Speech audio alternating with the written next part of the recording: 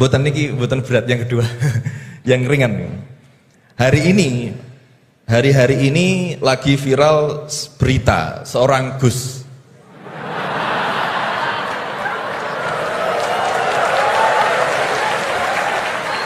Mohon izin. Yang mungkin berceramah dengan kalimat yang kurang baik, mungkin diniatkan guyon tapi malah melukai hati orang lain. Tapi Masya Allah Gus Bahak guyon tapi tidak pernah melukai hati orang lain.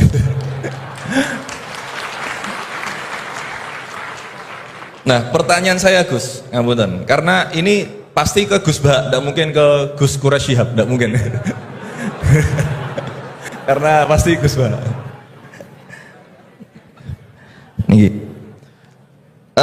Sebenarnya sejarah panggilan Gus ini seperti apa gitu?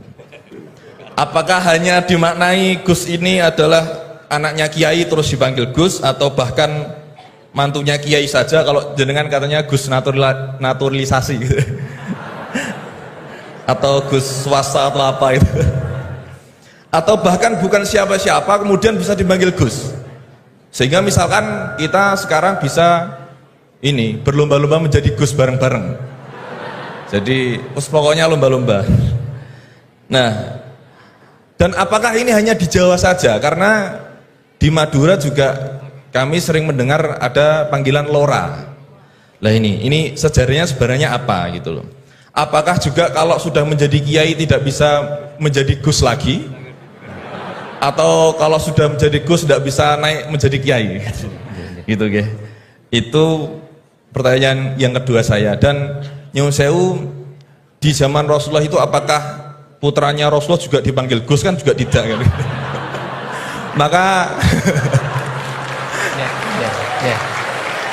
Maka kalau Gus ini tidak ada di zaman Rasulullah, berarti semua Gus ini bid'ah gitu loh.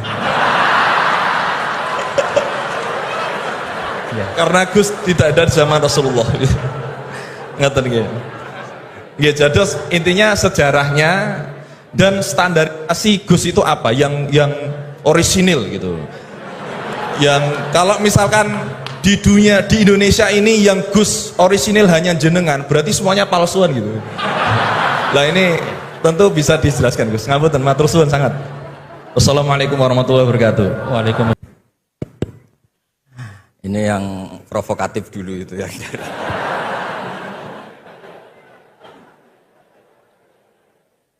Semoga diampuni oleh Allah Ta'ala. Begini, satu itu saya tidak medsosan, tapi ya dengar-dengar laporan macam-macam lah tentang sekian pihak itu.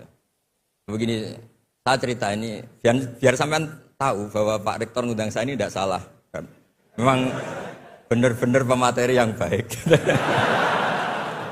Ya kalau kata Nabi Yusuf kan inni hafizun alim, orang harus zikru manaki binafsi, orang boleh cerita kelebihannya asal itu faktual. Begini, suatu saat, ini cerita di kitab Ihya, suatu saat Nabi Musa itu sholat istisqa, itu doa apa saja itu sudah dipakai, nggak mandi itu. Nabi Musa nggak mandi, tetap nggak mandi.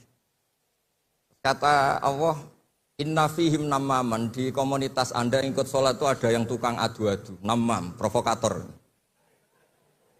Maka kamu doa kayak apa tetap tidak akan saya ijabahi.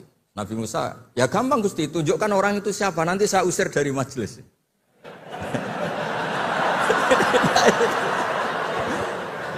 Jawabnya Allah itu lucu. Saya ini orang yang mengharamkan namam, mengharamkan namimah. Kalau saya menunjuk orang itu berarti saya juga namam. Intinya itu Allah terus mengabaikan sekian peristiwa namam. Jadi kalau pertanyaan provokatif terus kayak gitu tuh masih diabaikan oleh Allah Ta'ala. Karena nanti repot itu. Repot. Memang saya termasuk Gus yang asli itu jelas kalau itu.